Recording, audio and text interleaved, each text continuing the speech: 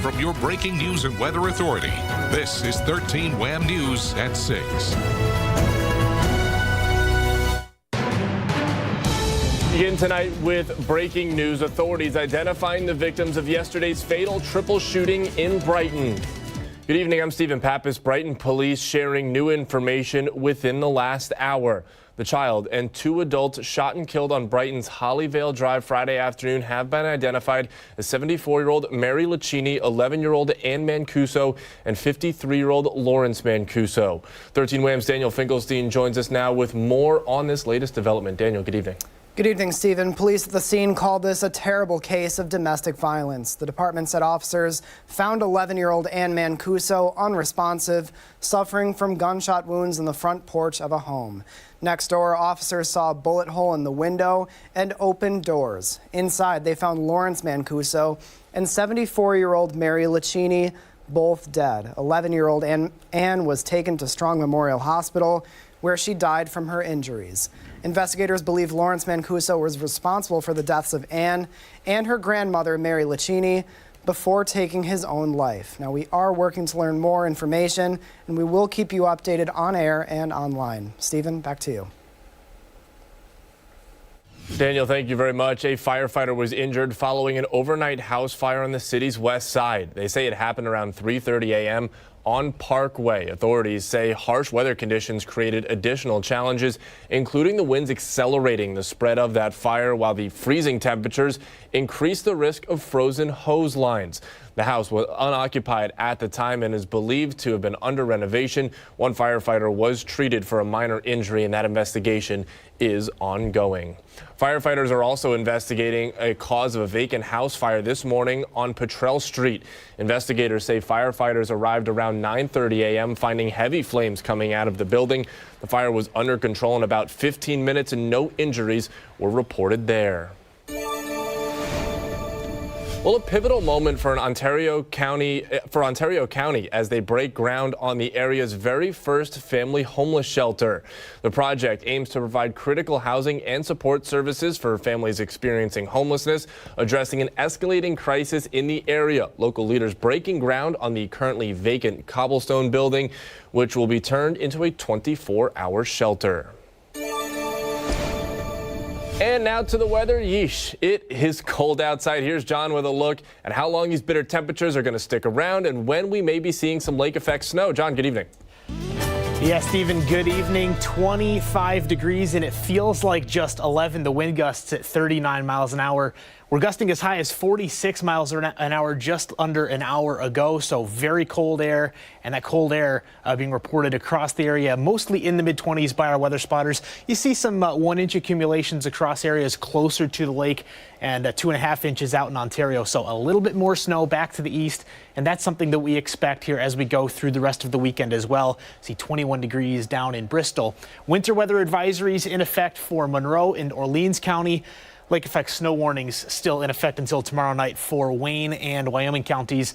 But the focus is going to be Wayne County as we go through the rest of today. Now, snow totals from across upstate New York. Most of the snow that you see on the screen here, the top 2 numbers, those are from central New York. And as you go back towards the east just a little bit, those numbers do start to come down. But near Syracuse, areas north towards Oswego, they were in that foot to a 1.5-inch range, I should say. And then go back towards eastern and southern Wayne County. You get Clyde at 3 inches, Palmyra just a trace, but that is since Wednesday, and we expect these numbers to change as we go through into tomorrow afternoon. Low pressure well to the north in eastern Quebec. That's ushering in much colder air across the Great Lakes, and you can see all of the lake effect snow from Lake Superior through Lake Huron back to Lake Ontario and Lake Erie. You can see that continuing as we've gone through not just today but the previous days as well. And you still see those bands heavy across Oswego County back to the south and west. Still some accumulation taking place at higher elevations away from the lakeshore,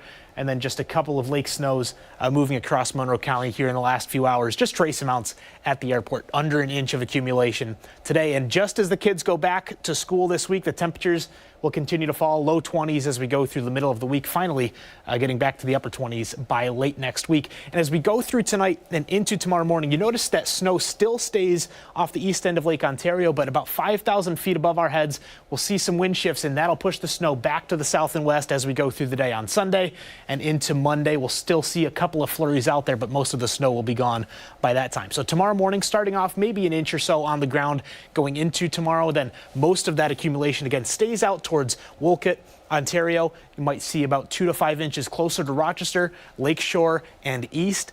Could be in that half foot to a foot range by the time we get through the end of the day on Sunday. And again, it's going to be very localized, so some areas could see a little bit more, some areas could see less. Tonight, we're back into the low 20s, snowiest east of Rochester and north of 104 and I-90. So again, we'll continue to monitor those snow belts for you the rest of the way. Tomorrow, temperatures in the upper 20s, the winds out of the north and west at 10 to 25 miles an hour, gusting to about 35 miles an hour at times.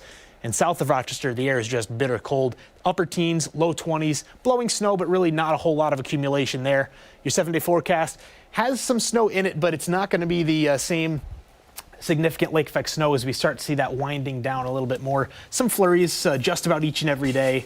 And then we're looking at next weekend possibly for another system moving on through. Every single day. I said it at the start of this. Yeesh. It's ugly. Yeah. All right, a lot of gray sky. John, thank you very much. Okay.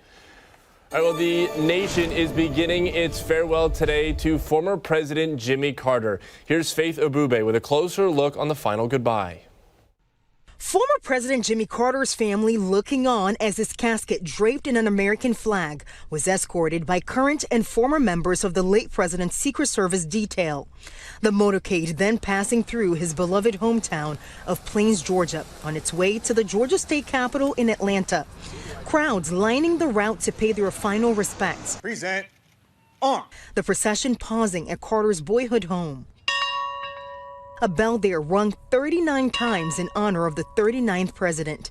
The motorcade then traveling to Atlanta for several memorial events, beginning with a stop in front of the Georgia State Capitol, where Carter served as a senator in the mid-1960s and governor from 1971 to 1975. Several state and local elected officials greeting the procession for a moment of silence, including Governor Brian Kemp and Atlanta Mayor Andre Dickens. The former president will lie in repose at the Carter Center until Tuesday, before traveling to Washington, where he will lie in state at the U.S. Capitol. His longtime friend, President Joe Biden, expected to deliver a eulogy during a service at Washington's National Cathedral on Thursday. President-elect Donald Trump also saying he plans to attend the service. Jason Carter, one of the former president's 12 grandchildren, will speak about his grandfather. It's this love. That is this love story of his, and I think that's what I hope to convey, because I think that's what he hoped to convey, and I think he lived that out. And after that state funeral in Washington, D.C., Carter's remains will be flown back here to his hometown of Plains, Georgia. He'll be buried next to his wife, Rosalind Carter, of 77 years. She died just over a year ago. Faith Abube, ABC News, Plains, Georgia. And back here at home, it is time to get your ducks in a row. It is National Rubber Duck Day. The Strong National Museum of Play hosting an event celebrating its place in the National Toy Hall of Fame. The event featuring giant rubber ducks and even a meet and greet with the big duck himself. And what's the most important thing you want to get out of today?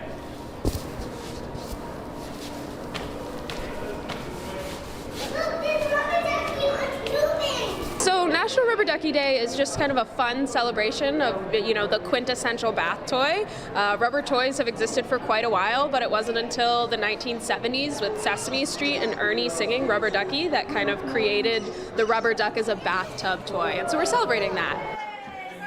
We have now learned the rubber duck does not speak and was officially inducted into the Hall of Fame in 2013. And at Monroe Community College, attendees bracing the cold and racing in the Winter Warrior event hosted by Fleet Feet. The event featured a half and quarter marathon and a 4-person relay race. Where we are truly going to be Winter Warriors today because the weather is matching the theme of the race. Yes, athletes often prefer not to have snow, but honestly, this isn't that bad yet. It's not really that cold, but it is, to me, perfect Winter Warrior weather. All attendees also got a knitted winter hat or a custom ceramic mug for participating. You could not pay me enough money to get out there in the cold, and especially run, but Both in the of those cold. things are going to come in very handy, either immediately or shortly after. But it's going to be cold for about at least another week and a half or so. Temperatures tonight, low 20s, some steady snow east of Rochester once again. At this point, it seems like it's going to be cold for the whole season. It will be warm again at some point, but not anytime soon. All right, John, thank you very much. Thank you for joining us. 13 Wham News at 6 on Facebook Live this Saturday evening. More tonight at 10 on Fox Rochester, and then over to Channel 13 at 11. Have a good one.